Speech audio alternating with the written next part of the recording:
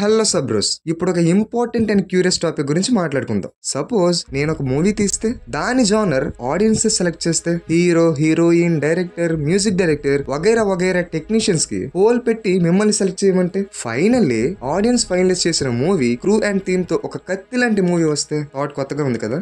First ever in the world film history RGV గారు ఇదే concept తో వచ్చారు. దాని పేరే యువర్ ఫిల్మ్ కాన్సెప్ట్. డీటెయిల్ గా చెప్పాలంటే ఆర్జీవి గారు మొన్న ఆర్జీవి డెన్ లో పెట్టిన ప్రెస్ మీట్ లో to understand what they would like, the nearest way we can come is through this process.